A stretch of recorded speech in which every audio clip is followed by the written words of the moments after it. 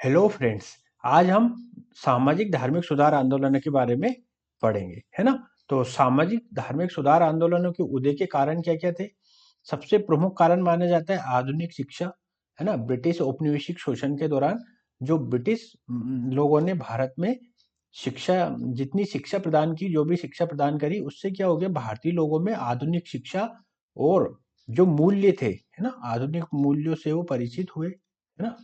आधुनिक मूल्यों से परिचित हुए, इसी क्रम में सामाजिक, है ना, सामाजिक कुरीतियों को समाप्त करने के प्रयास किए जाने लगे, है ना। सामाजिक कुरीतियों को समाप्त किए जाने के प्रयास किए जाने लगे। और जो तात्कालिक स्तर पर बहुत सारे लोग थे, जैसे राजा राम मोहन राय हो गए, है ना। राजा राम मोहन राय, स्वामी दयानंद सरस्वती, स्वामी दयानंद सरस्वती, दयानंद सरस्वती, विवेकानंद, इन लोगों ने क्या करा, आधुनिक शिक्षा के साथ साथ मूल्यों पर भी बल दिया, है ना। मूल्यों पर बल दिया और जो भारत की प्राचीन ऐतिहासिक पृष्ठभूमि है, उसमें जो जो अच्छी बातें थी उनको सामने रखा और कहा कि जो वर्तमान स्थिति है, हमें इसमें सुधार करने की जरूरत है। ठीक है। नेक्स्ट आता है उदय के कारण में ईसाईकरण की नीति। जो औपनिवेशिक शोषण के दौरान जो ब्रिटिश शासन है, वो ईसाई, मतलब लोगों को ईसाई बनाने पर का प्रयास कर रहा था, है ना। ईसाईकरण की नीति पर ये बल दे रहा था। इससे क्या हो गया, हिंदू धर्म के लोगों ने सोचा कि ये तो हमारे धर्म के एक तरीके से खिलाफ है ना। तो लोगों ने अपने धर्म को बनाए रखने के लिए, हिंदू धर्म को बनाए रखने के लिए हिंदू धर्म के पुनरुत्थान की बात कही, है ना। हिंदू धर्म में सुधार की बात कही। इसी क्रम में क्या हो गया, सामाजिक धार्मिक सुधार आंदोलनों को उदय प्राप्त हुआ। ठीक है। पत्र पत्रिकाओं के प्रकाशन ने भी जो समाज में कुरीतियां व्याप्त थी, है ना, समाज में कुरीतियां व्याप्त थी, इससे जो सामाजिक धार्मिक सुधार आंदोलन को बढ़ावा मिला। ठीक। और ब्रिटिश औपनिवेशिक शोषण के दौरान जो ब्रिटिश लोग शोषण कर रहे थे, जैसे श्वेत नस्ल के भार के सिद्धांत के तहत, है ना, श्वेत नस्ल के भार के सिद्धांत के तहत ये लोग प्रजातीय श्रेष्ठता में चूर रहे, है ना। प्रजातीय श्रेष्ठता में चूर रहे, मतलब ये अपने आप को श्रेष्ठ मानते रहे और इन्होंने कहा कि हमें असभ्य लोग, मतलब काले लोगों को सभ्य बनाने के लिए भगवान ने भेजा है ना। तो इनके अत्याचार के खिलाफ भी सामाजिक धार्मिक सुधार आंदोलन के तहत आवाजें उठने लगी। सामाजिक धार्मिक सुधार आंदोलन का स्वरूप कैसा था, है ना। ये सामाजिक धार्मिक सुधार आंदोलन में बता दो, 18वीं और 19वीं शताब्दी और 20वीं शताब्दी, है ना। 19वीं 20वीं शताब्दी में मूलतः माना जाता है भारत में। इसके पहले भी हुआ था धार्मिक सुधार आंदोलन, लेकिन वो मध्यकालीन भारत के तहत माना जाता है ना। मध्यकालीन भारत के तहत माना जाता है। अभी हम जो पढ़ रहे हैं वो पढ़ रहे हैं आधुनिक भारत के अंतर्गत सामाजिक धार्मिक सुधार आंदोलन जो हुए थे। ठीक है।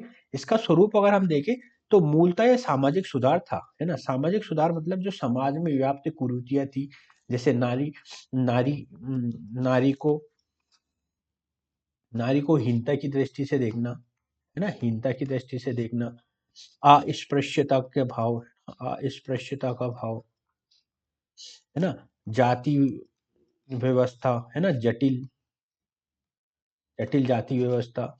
तो इन चीजों को समाप्त करने और मानव के संपूर्ण विकास को बढ़ावा देने के क्रम में ये आंदोलन, मतलब इस आंदोलन का ये स्वरूप था। मध्यवर्गीय इसका स्वरूप भी देखा जाता है कि जो मध्यम वर्ग के लोग हैं उन्होंने इसका नेतृत्व किया। जैसे अगर आप देखेंगे तो स्वामी दयानंद सरस्वती, विवेकानंद, ये लोग। शैक्षणिक स्वरूप, है ना, शैक्षणिक स्वरूप, जो लोग इसमें शिक्षा के माध्यम से लोगों को अपने सामाजिक जीवन में सुधार करने के पर बल दे रहे थे। भारतीय पुनर्जागरण ये कहलाता है ना। जो सामाजिक धार्मिक सुधार आंदोलन है, इसे हम भारतीय पुनर्जागरण की संज्ञा कहते हैं। ये यूरोपीय पुनर्जागरण से भिन्न है। कैसे भिन्न है? क्योंकि यूरोपीय पुनर्जागरण में जो तकनीकी ज्ञान विज्ञान की काफी महत्वपूर्ण भूमिका थी, वहां पे जो रिसर्च और इनोवेशन काफी हुआ था, परंतु भारत में इस तरह का ज्यादा नहीं हो पाया, है ना। इसका एक प्रमुख कारण ये भी था कि भारत में औपनिवेशिक शोषण हो रहा था और औपनिवेशिक हितों से चीजें संचालित हो रही थी। तो भारतीय समाज में उतना ही सुधार हो पा रहा था जितना यहाँ के ब्रिटिश हितों को नुकसान न पहुंचाए। ठीक। नारी मुक्ति, है ना। इन आंदोलनों में नारी की स्थिति को मतलब सुधारने की दिशा में कदम उठाए गए, है ना। बहुत सारे आंदोलन ऐसे थे जो नारी, जैसे ब्रह्म समाज की स्थापना होती है ना। ब्रह्म समाज की स्थापना होती है, आर्य समाज की स्थापना होती है ना। तो बहुत सारी चीजें ऐसी है जो नारी को मतलब सम्मान दिलाने के क्रम में ये आंदोलन होते हैं, नारी मुक्ति वाले। सुधारवादी आंदोलन, है ना। सुधारवादी स्वरूप इसका माना जाता है कि इससे जो जीवन में सुधार के लिए प्रयास किए जाना चाहते हैं। जैसे इंडियन सोशल कांग्रेस, है ना। इंडियन सोशल कांग्रेस का उद्देश्य था सामाजिक रूप से लोगों को सशक्त बनाना, है ना, कुरीतियों को समाप्त करना। और ये मध्यकाल से भिन्न था, जैसे मैंने बताया कि मध्यकाल में जैसे कबीरदास जी हो गए, है ना, कबीरदास हो गए, इन्होंने जो आंदोलन चलाए वो वर्तमान के आंदोलन से भिन्न थे। अब सामाजिक धार्मिक सुधार आंदोलनों को योगदान देके तो इन आंदोलनों ने राष्ट्रीय चेतना के विकास में महत्वपूर्ण भूमिका निभाई, है ना। इन्होंने जो औपनिवेशिक शोषण को उजागर किया, है ना, औपनिवेशिक शोषण को उजागर किया, ठीक है, तथा एक राष्ट्र निर्माण में बढ़ावा प्रदान किया, है ना। औपनिवेशिक शोषण, है ना, औपनिवेशिक शोषण को उजागर किया, ठीक। इससे क्या हो गया, राष्ट्रीय चेतना में वृद्धि हुई, है ना। राष्ट्रीय चेतना और एक राष्ट्र के तहत, है ना, राष्ट्र का विकास हुआ, ठीक है। और योगदान अगर देखें तो कुरीतियों को, बहुत सारी कुरीतियों का अंत किया गया, है ना, ब्रिटिश सरकार के द्वारा भी अगर देखा जाए तो। जैसे सती प्रथा का अंत किया गया, है ना, सती प्रथा का अंत किया गया, ठगी प्रथा का अंत किया गया, है ना, ठगी प्रथा का अंत किया गया, है ना। पशु बलि निषेध किया गया, है ना। पशु बलि जो मान मतलब पर्यावरण संरक्षण या इन चीजों को देखा जाए तो पशु बलि को निषेध किया गया। तो कुरीतियों का अंत हुआ या उनमें काफी कमी लाने का प्रयास किया सामाजिक धार्मिक सुधार आंदोलनों ने। परंतु इनकी कुछ सीमाएं भी थी। जैसे अगर हम देखें तो व्यापक स्तर पर हिंदू और मुस्लिम धर्म के जो लोग थे वो सामाजिक सुधार आंदोलनों पर बल दे रहे थे। परंतु इसी क्रम में सांप्रदायिकता भी उत्पन्न होती है। जैसे हिंदू के बहुत सारे ऐसी चीजें हो गई थी, जैसे कट्टर हिंदू की बातें होने लगी थी, है ना। कट्टर हिंदू की बातें होने लगी थी। मुस्लिम में भी मुस्लिम अपने आप को मुस्लिम धर्म से जोड़कर देख रहे थे, है ना। तो इसने सांप्रदायिकता को एक तरीके से बढ़ावा दिया। इससे क्या हो गया कि राष्ट्रीयता, जो राष्ट्रीय चेतना या राष्ट्रीयता एक साथ दृढ़ रूप में नहीं आई, है ना। अंग्रेजों ने फूट डालो राज करो की नीति अपनाने लगे, है ना। फूट डालो, हिंदू मुस्लिमों में फूट डालो और राज करो की नीति अपनाई, है ना। मतलब आपस में लड़ा के राज करो, फूट डालो और राज करो की नीति इन्होंने अपनाई। अब हम प्रमुख धार्मिक सुधारक कौन कौन से थे, सामाजिक धार्मिक सुधारक कौन कौन से थे, उनके बारे में पढ़ेंगे। सबसे पहले देखेंगे राजा राम मोहन राय, है ना। राजा राम मोहन राय बंगाल से थे और इन्हें आधुनिकीकरण का समर्थक माना जाता है ना। आधुनिकीकरण, और ये मतलब वर्तमान आधुनिक भारत के पिताजी भी इनको कहा जाता है ना। आधुनिक भारत के पिताजी भी इनको कहा जाता है। ये पश्चिम के अंधानुकरण के विरोधी थे, है ना। पश्चिम के अंधानुकरण के विरोधी थे, है ना, विरोधी थे। परंतु ये आधुनिकीकरण के समर्थक थे, है ना। आधुनिकीकरण के समर्थक थे, ठीक है। मतलब ये आधुनिक चीजों को अपनाते थे, परंतु पश्चिमी सभ्यता को पूरी तरह से मान लेना इनके, ये उसके पक्ष में नहीं थे, ठीक। और इन्होंने 1828 में ब्रह्म समाज की स्थापना की, है ना। ये काफी अच्छी बात थी। इन्होंने ब्रह्म समाज की स्थापना की। जो हिंदू धर्म में कुरीति है उनको समाप्त करने के क्रम में इन्होंने ब्रह्म समाज की स्थापना की, ठीक है। तो ब्रह्म समाज में इन्होंने क्या कर दिया, एकेश्वरवाद को माना इन्होंने, है ना। एकेश्वरवाद को माना, मूर्ति पूजा का विरोध किया, है ना। मूर्ति पूजा का विरोध किया, ठीक है। नारी शक्ति का, है ना, नारी शिक्षा पर बल दिया, नारी शिक्षा पर इन्होंने बल दिया। बाल विवाह को इन्होंने रोकने का प्रयास किया, बाल विवाह को रोकने का प्रयास किया। विधवा पुनर्विवाह का समर्थन किया, है ना। तो इस तरीके से राजा राम मोहन राय ने बहुत सारे कार्य किए, वो सामाजिक कुरीतियों के अंतर्गत देखते हैं। 1800 मतलब 1817 में इन्होंने हिंदू कॉलेज की स्थापना की। 1825 में वेदांत कॉलेज की इन्होंने स्थापना की, है ना। 1825 में वेदांत कॉलेज की स्थापना की। 1816 या 1817 में हिंदू कॉलेज की स्थापना की। हिंदू कॉलेज की स्थापना इन्होंने डेविड हेयर के साथ मिलकर की थी, है ना। डेविड हेयर के साथ मिलकर इन्होंने हिंदू कॉलेज की स्थापना की थी। इन्होंने पत्र पत्रिकाओं का भी प्रकाशन किया, है ना। जो राजा राम मोहन राय है, इन्होंने पत्र पत्रिकाओं के क्षेत्र में भी काफी अपना व्यापक कार्य किया। इससे क्या हो गया, एक जन जागरूकता को आगे बढ़ाने में इन्होंने अपना महत्वपूर्ण योगदान दिया। जैसे इन्होंने मिरातुल अखबार, संवाद कौमुदी, ये चीजें मतलब ये समाचार पत्र पत्रिकाएं इन्होंने प्रकाशित की। अगर इनका राजनीतिक दृष्टिकोण देखें तो ये जमींदारी प्रथा के विरोधी थे, है ना। जमींदारी प्रथा के विरोधी थे, ठीक है। इन्होंने नेपल्स क्रांति का समर्थन किया, है ना। नेपल्स कहाँ पे, इटली में। तो इन्होंने जो नेपल्स क्रांति चल रही थी उसका समर्थन किया, ठीक है। और ये अकबर द्वितीय के समय, है ना, अकबर द्वितीय के जो पेंशन का मुद्दा है उसको लेकर ये ब्रिटेन गए थे, है ना, है ना। ब्रिटेन गए थे।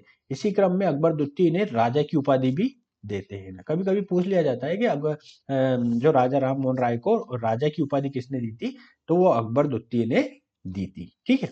तो ये इनका राजनीतिक दृष्टिकोण हो जाता है। आगे चलकर इनकी अगर मृत्यु देखें तो ये ब्रिस्टल जो लंदन में एक शहर है वहां पे इनका मतलब मृत्यु हो जाती है, ठीक है। तो राजा राम मोहन राय सामाजिक धार्मिक सुधार आंदोलन में अपनी महत्वपूर्ण भूमिका रखते।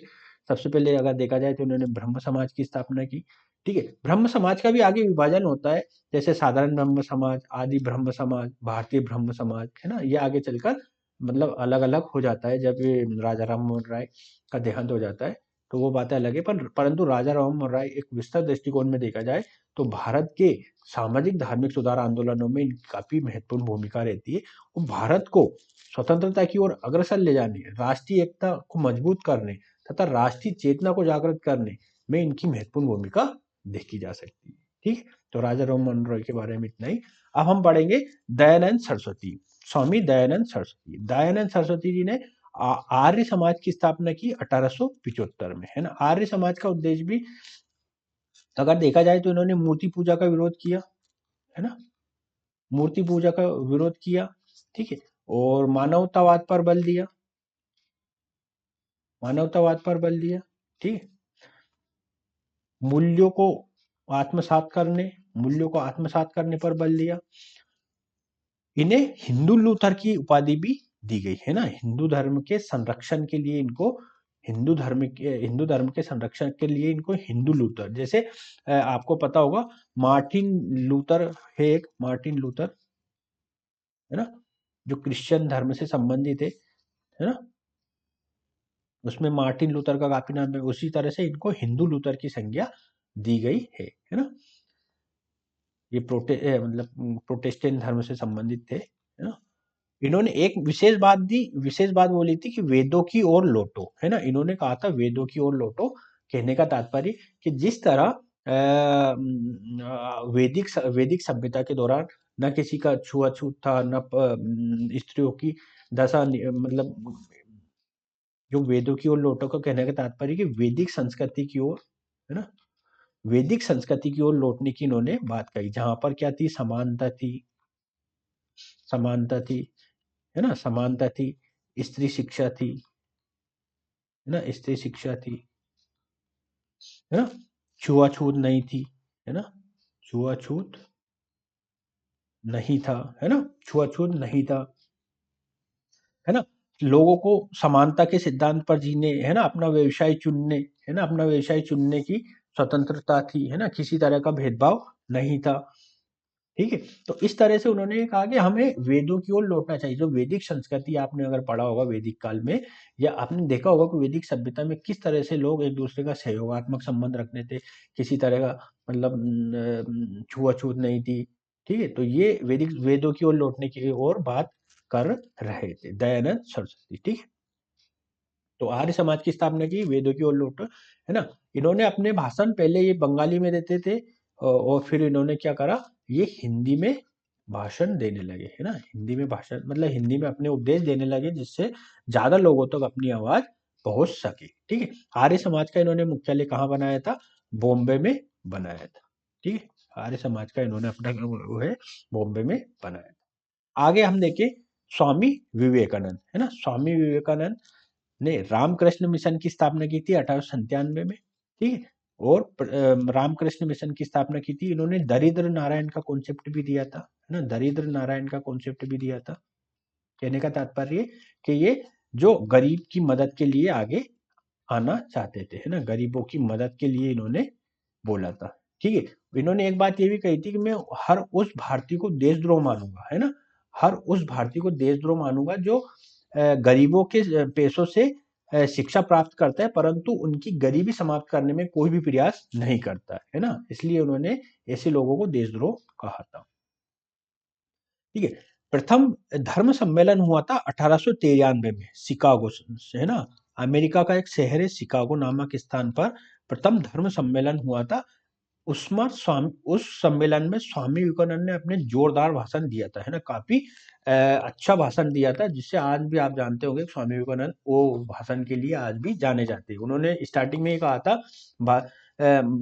भारतीय मतलब बहनों और भाइयों, है ना। मतलब उन्होंने अच्छे से बोला था, बहनों, ब्रदर्स एंड सिस्टर, है ना। बहनों और भाइयों से संबोधित किया था। इसी में पूरा मतलब पूरा शिकागो के अंतर्गत जो सम्मेलन चल रहा था, सभी लोगों ने तालियों तालियों की गड़गड़ाहट से पूरा सदन गूंज उठा था, है ना। तो इन्होंने ये कहा था कि जो इसके अंतर्गत क्या कहा था इन्होंने कि जो भारत में औपनिवेशिक शोषण चल रहा है, उससे मुक्ति के लिए पूरे विश्व को आगे आना चाहिए, है ना। क्यों आना चाहिए? कि भारत में ज्ञान का अपार संसाधन मौजूद है। भारतीय ज्ञान परंपरा काफी समृद्ध है। आप उसको जभी देख पाएंगे, वो जो ज्ञान परंपरा है जभी पश्चिम की ओर आ पाएगी, जब वहां के लोगों को स्वतंत्रता प्रदान की जाए। वहां के लोग अभी जो ब्रिटिश औपनिवेशिक शोषण के तहत शोषित हो रहे हैं, तो पूरे विश्व की ओर आवाज उठाने में इन्होंने, स्वामी विवेकानंद जी ने अपनी महत्वपूर्ण भूमिका निभाई थी, ठीक है। और अगर हम देखा जाए, स्वामी विवेकानंद मूर्ति पूजा के समर्थक थे, है ना। ये एक विशेष बात है, मैं बता देता हूँ। मूर्ति पूजा के समर्थक थे। इनका ऐसा मानना था कि हमको मूर्ति पूजा करनी चाहिए, क्योंकि आप अगर सामान्य व्यक्ति की बात करो, तो आपको कोई ऐसी चीज चाहिए जिसके सामने आप खड़े होकर वंदन कर सके, अपने आप में विचार व्यक्त कर सके, है ना। इस दृष्टिकोण से उन्होंने सोचा था कि मूर्ति पूजा होनी चाहिए। जैसे आप देखिए, आप कोर्ट जाते हैं, कोर्ट में कैसे लोग होते हैं, सब कोट कोट मतलब काला कोट पहन के रहते हैं, तो लगता है कि यार चलो ये वकील है ना। आप पुलिस थाने में जाते हैं, सब पुलिस की ड्रेस पहन के रहते हैं। तो इसी तरह मंदिर जाना, इन्होंने मूर्ति पूजा करना, एक स्तुति करना, हाँ चलो ये भगवान है, इनके सामने हम अपने मन मतलब शक्ति को बढ़ा सकते हैं, है ना। इसी दृष्टिकोण से इन्होंने मूर्ति पूजा का समर्थन किया, है ना। जबकि अन्य लोग कह रहे थे, मूर्ति पूजा का विरोध कर रहे थे। जैसे आर्य समाज हो गया, है ना, ब्रह्म समाज हो गया, ये मूर्ति पूजा के विरोध में थे। परंतु इन्होंने विवेकानंद जी ने मूर्ति पूजा का समर्थन किया था, ठीक। अब आता है थियोसॉफिकल सोसाइटी। ये 1875 में बनी थी।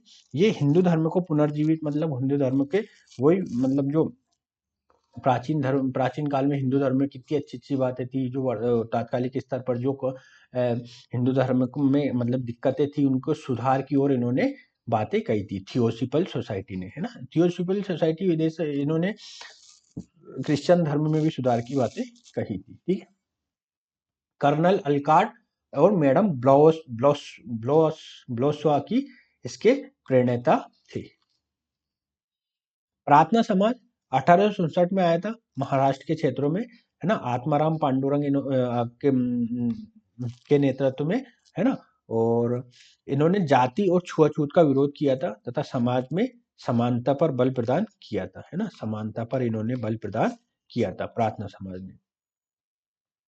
इंडियन सोशल कांग्रेस, है ना। इंडियन जब कांग्रेस की स्थापना होती है 1885 में, ठीक है, तो 1887 में इसका गठन किया जाता है, किसका? इंडियन सोशल कांग्रेस का। ये क्या थी? आईएनसी क्या थी? राजनीतिक संस्था थी, और ये एक सामाजिक संस्था थी, है ना। सामाजिक संस्था थी। समाज में सुधार के कार्यों को लिए इंडियन सोशल कांग्रेस की स्थापना हुई थी। जबकि 1885 में आईएनसी, इंडियन नेशनल कांग्रेस की स्थापना हुई थी, लेकिन ये राजनीतिक सुधार के लिए कार्य करती थी, ठीक है। आगे अगर हम देखें तो अलीगढ़ आंदोलन भी 1875 में हुआ था, ठीक है। इसके प्रणेता थे सर सैयद अहमद खां, है ना। सर सैयद अहमद खां। ठीक है। इन्होंने क्या किया था, मोहम्मद एंग्लो ओरिएंटल कॉलेज की स्थापना की थी, मोहम्मद एंग्लो ओरिएंटल कॉलेज की स्थापना की थी। और ये सर सैयद अहमद खां का एक विशेष दृष्टिकोण था। ये कहते थे कि हमें ब्रिटिश सरकार से कोई दिक्कत नहीं है ना, मतलब ये ब्रिटिश सरकार को, मतलब ब्रिटिश औपनिवेशिक शोषण को बनाए रखना चाहते थे। और इसके पीछे इनका उद्देश्य था, जो मुस्लिम लोग थे, है ना, मुस्लिम मुस्लिम लोगों को ये मतलब शिक्षा प्रदान करना चाहते थे, है ना। कहते थे कि मुस्लिम लोग शिक्षा प्राप्त करें, आधुनिक शिक्षा प्राप्त करें। इसी क्रम में ये आईएनसी का जो स्थापना होती है उसका विरोध भी करते हैं, है ना, आईएनसी का ये विरोध भी करते हैं, है ना। कहते हैं कि जो ब्रिटिश सरकार है उसे समाप्त नहीं किया सकता, हमें उसका समर्थन करना चाहिए। अगर हम उसका विरोध करेंगे तो हमें बहुत सारी दिक्कतों का सामना करना पड़ेगा, जिससे हमारे मुस्लिम बंधुओं को शिक्षा से वंचित रहना पड़ सकता है ना। तो ये इनका दृष्टिकोण था, आईएनसी के इन्होंने विरोध किया था। परंतु देवबंद आंदोलन और वहाबी आंदोलन जैसे लोगों जो आंदोलन हुए थे, ये भारतीय राष्ट्रवाद के समर्थक थे, है ना। इन्होंने आईएनसी के गठन का समर्थन किया था तथा ब्रिटिश औपनिवेशिक शक्ति का विरोध किया था। आगे अगर हम देखेंगे, फराजी आंदोलन, अहमदिया आंदोलन, ये क्या थे, जो इस्लाम धर्म की बुराइयों को खत्म करने के लिए प्रयासरत थे, है ना। इस्लाम धर्म में जो कुरीतियां व्याप्त थी उसमें उसको खत्म करने की ओर प्रयासरत थे। सत्यशोधक समाज सत्यशोधक समाज 1873 में आया था। ये महाराष्ट्र के क्षेत्र में आया था। और महाराष्ट्र में जो दलित लोग होते हैं उनके उद्धार के लिए इस सत्यशोधक समाज की स्थापना की गई थी। इसके कौन थे, महात्मा ज्योतिराव फूले, है ना। इसके प्रणेता कौन थे, महात्मा ज्योतिराव फूले। जस्टिस आंदोलन आया था। जस्टिस आंदोलन 1917 में आया था। इन्होंने ये कहा था कि जो ब्राह्मण लोग हैं इनको हमको विधायिका में पहुंचाना इसका प्रमुख कार्य था जस्टिस आंदोलन का, है ना। ठीक है। और भी बहुत सारे सामाजिक सुधार आंदोलन थे जो शायद छूट गए हों, तो वो आप देख लीजिएगा। जैसे वो कलिंग संघ, है ना, वो कलिंग संघ, है ना। और साउथ के कुछ सामाजिक धार्मिक सुधार आंदोलन हो सकते हैं। मूलतः सामाजिक धार्मिक सुधार आंदोलन जो 19वीं और 20वीं शताब्दी में जो समाज के स्तर पर, धर्म के स्तर पर जो भी कुरीतियां व्याप्त थी उसको समाप्त करने के लिए था। और इसका एक अप्रत्यक्ष लाभ ये हुआ कि इससे हमको जो औपनिवेशिक शोषण को उजागर करने में मदद प्राप्त हुई। आगे क्या होगा, इससे ही जो राष्ट्रीय आंदोलन को एक धार प्राप्त होगी। ठीक है। तो आज का वीडियो हम यही समाप्त करते हैं। अगले वाले वीडियो में राष्ट्रीय आंदोलन को स्टार्ट करेंगे। तब तक के लिए नमस्कार।